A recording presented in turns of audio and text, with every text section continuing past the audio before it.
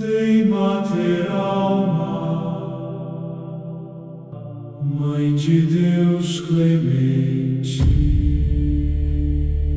na serra que beija o céu, onde o orvalho se faz prece, uma luz singela veio para que a fé florescesse. Existe um lugar escondido entre as montanhas do sul de Minas Gerais onde o silêncio parece diferente. Um lugar onde a neblina cobre lentamente as estradas de terra ao amanhecer, onde o vento atravessa os campos carregando o cheiro da mata úmida e onde o tempo parece caminhar mais devagar do que no resto do mundo. Ali, no interior da Serra da Mantiqueira, fica a pequena cidade de Pedralva. Um município tranquilo, cercado por morros, rios e comunidades rurais quase esquecidas pelo movimento das grandes cidades. Entre essas pequenas comunidades, existe um bairro simples chamado Lagoa, um lugar formado por agricultores, famílias humildes e pessoas acostumadas com uma vida silenciosa, marcada pelo trabalho duro e pela fé. Em ti a esperança renasce. No outono tua vinda. Durante muitos anos, ninguém imaginou que aquele pequeno pedaço de terra se tornaria conhecido por acontecimentos que até hoje dividem opiniões. Teu amor se compreende. Alguns acreditam que ali ocorreram verdadeiras manifestações espirituais. Outros preferem o silêncio e a cautela. Mas uma coisa é impossível negar. Algo aconteceu naquele lugar. Algo forte o suficiente para transformar uma simples comunidade rural em destino de peregrinação religiosa. Mater alma, ora pro nobis, Mãe bendita. Tudo começou de forma discreta, sem grandes anúncios, sem multidões, sem câmeras, apenas no silêncio da serra. Pela tua santa voz. No início da década de 90, a vida seguia normalmente no bairro Lagoa. As manhãs começavam cedo. Os moradores acordavam antes do nascer do sol. O som dos galos ecoava entre os morros. O cheiro de café passado tomava conta das cozinhas simples das casas de madeira. Homens seguiam para a lavoura. Mulheres organizavam a rotina da casa. Crianças brincavam pelas estradas de terra, enquanto a neblina ainda cobria os campos. Que cremos, eu te amo, tu me amas, nós amamos. Entre os moradores daquela região vivia um homem simples chamado Reinaldo Teles Guimarães. Ele não era rico, não ocupava cargo importante, não era conhecido fora da comunidade. Era apenas mais um homem do interior mineiro, reservado, humilde, religioso.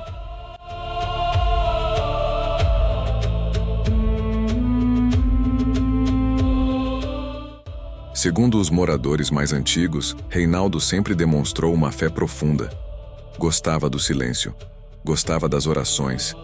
Era conhecido pelo jeito tranquilo e pela simplicidade com que tratava as pessoas.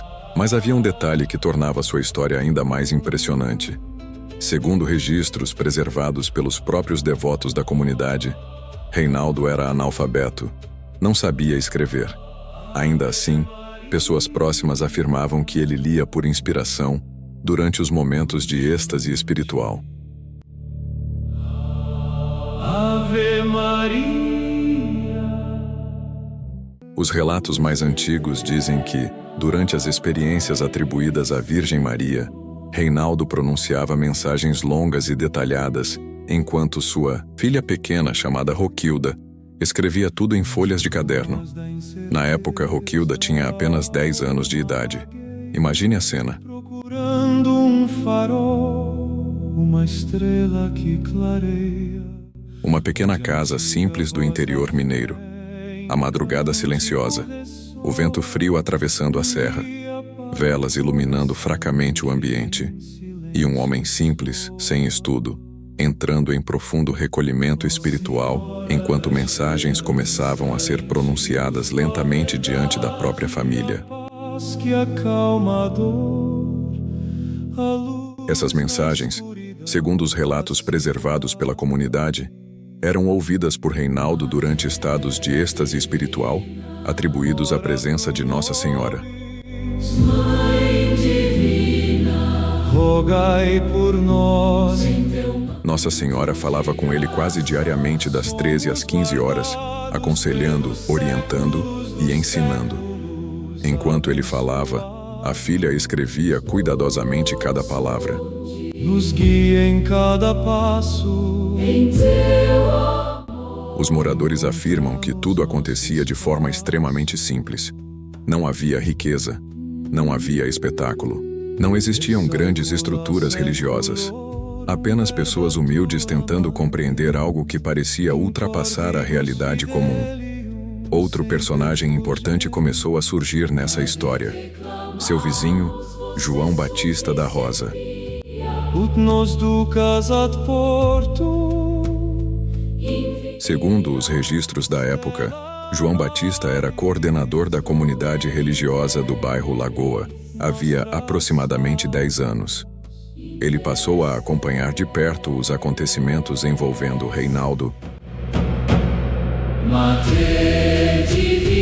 Conforme os relatos da comunidade, João Batista teria assumido a responsabilidade de encaminhar as mensagens e pedidos atribuídos à Virgem Maria para outras pessoas da região. Ele também teria guardado cuidadosamente os manuscritos originais escritos durante os momentos de êxtase espiritual. Os devotos acreditavam que nada deveria se perder. Cada mensagem era vista como algo precioso, algo que talvez um dia pudesse ser estudado com mais profundidade. Esse verbo de amar, que em nós reside por... Com o passar do tempo, outras pessoas passaram a ajudar na organização desse material. As mensagens começaram a ser digitadas por Maria Antônia de Carvalho, moradora de Cristina, Minas Gerais. Depois, os textos receberam revisão de José Wanderlei Viana e Sandra, sua esposa, moradores de Itajubá. E a melodia da fé. Tudo isso mostra algo importante sobre os acontecimentos do bairro Lagoa. Mesmo sendo uma comunidade extremamente simples, existia uma preocupação em preservar cuidadosamente os relatos atribuídos à mãe navegante. E quanto mais os registros cresciam, mais crescia também a curiosidade das pessoas. Afinal, quem era aquele homem simples da serra? Como alguém sem estudo poderia transmitir mensagens tão longas e profundas? Seria tudo imaginação? Ou estaria realmente acontecendo algo extraordinário nas montanhas do sul de Minas? Terras de Pedralva, no bairro da Lagoa. As perguntas começaram a se espalhar entre os moradores da região. Mas junto com as dúvidas vieram também os testemunhos. Pessoas passaram a relatar experiências incomuns no local das orações. Algumas afirmavam sentir perfume de rosas, sem existir flores próximas. Outras relatavam uma paz intensa impossível de explicar. Havia quem dissesse sentir arrepios repentinos durante as rezas. E pouco a pouco, o bairro Lagoa começou a mudar.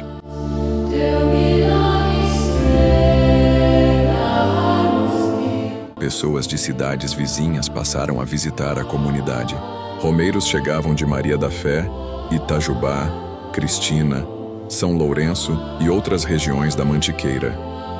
Mas diferente de outros locais religiosos conhecidos, tudo ali permanecia extremamente simples. Talvez fosse justamente essa simplicidade que tornava tudo ainda mais forte. As pessoas chegavam ao bairro Lagoa e encontravam silêncio, um silêncio profundo. Daqueles que fazem a pessoa ouvir os próprios pensamentos, daqueles que parecem afastar o barulho do mundo moderno. As montanhas ao redor criavam uma atmosfera quase impossível de descrever. Em certas manhãs, a neblina cobria completamente as estradas de terra. O vento atravessava lentamente as árvores antigas da serra. E enquanto isso, as orações continuavam.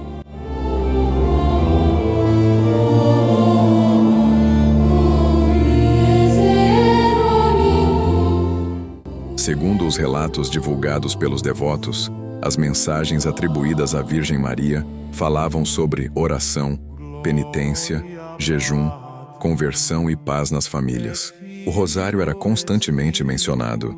Havia também alertas espirituais sobre o enfraquecimento da fé e os sofrimentos futuros da humanidade. Mas apesar do conteúdo intenso das mensagens, quem conheceu Reinaldo afirma que ele jamais demonstrava orgulho ou desejo de fama. Pelo contrário, quanto mais pessoas chegavam, mais silencioso ele parecia se tornar. Alguns moradores contam que ele evitava chamar atenção, preferia a simplicidade, preferia o recolhimento. Isso acabou aumentando ainda mais o mistério em torno de sua história. Outro detalhe importante ajudou a fortalecer a devoção da comunidade. Onde o orvalho se faz prece. Naquela época, o pároco do município de Pedralva era o padre Geraldo Vicente da Costa. Segundo os registros preservados pelos próprios devotos, o sacerdote atendia os pedidos espirituais da comunidade, celebrava missas, atendia confissões e acompanhava de perto os ministros da Eucaristia da paróquia. Embora a igreja tenha recebido a documentação exigida para oficializar as aparições, os relatos continuam em estudos e ainda não deu seu reconhecimento oficial das aparições. Mesmo assim, a presença religiosa constante na comunidade ajuda a fortalecer ainda mais a vida espiritual do bairro Lagoa.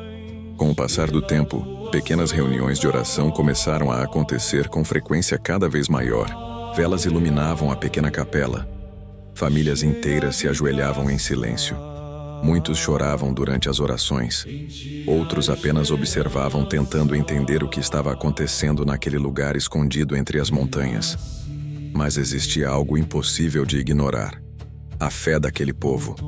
Uma fé simples, humilde, interiorana. Talvez fosse justamente isso que tornava tudo tão marcante. Não havia espetáculo, não havia busca por riqueza, não havia promessas de poder. Existia apenas o silêncio da montanha e pessoas buscando Deus. Com flores e devoção, teu povo te vem saudar. Até hoje, muitos moradores da região afirmam que os primeiros acontecimentos no bairro Lagoa mudaram completamente a história da comunidade. Alguns acreditam profundamente que aquele lugar foi tocado pelo sobrenatural. Outros mantêm cautela. Mas mesmo entre os mais desconfiados existe um reconhecimento silencioso. O bairro Lagoa nunca mais foi o mesmo, depois daquelas madrugadas de oração. Pela tua santa voz, ave, ave. E assim começou a história de Nossa Senhora Mãe Navegante. Uma história cercada por fé, mistério e silêncio. Uma história que ainda ecoa pelas montanhas da Mantiqueira. E talvez o mais impressionante seja justamente isso. Décadas se passaram. O tempo mudou muitas coisas. Mas até hoje, quando a neblina desce lentamente sobre as estradas de terra do bairro Lagoa e o vento sopra entre as árvores da serra, existem pessoas que acreditam que aquele pequeno pedaço do sul de Minas guarda um dos maiores mistérios espirituais do Brasil. Tuas chamas, nossas almas, iluminam a vida. E no próximo episódio, os relatos sobre a misteriosa mulher vestida de luz começam a surgir entre os moradores da serra. Portanto, inscreva-se no canal e ative o sininho das notificações. Depois vá em todas para não perder nenhum episódio dessa misteriosa história da Serra da Mantiqueira. Deixe seu comentário, principalmente se você conhece o bairro Lagoa. E se você mesmo sem conhecer, ao chegar até aqui tem fé e acredita nas aparições de Nossa Senhora Mãe Navegante, escreva: a minha fé vai me levar até Nossa Senhora Mãe Navegante. Até breve, e que Deus nos abençoe pela intercessão de Nossa Senhora Mãe Navegante. Ora pro nobis, Mãe bendita, roga por nós, navegantes. guia os corações pela tua santa voz.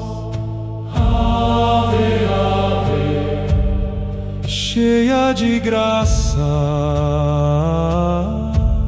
em ti a esperança.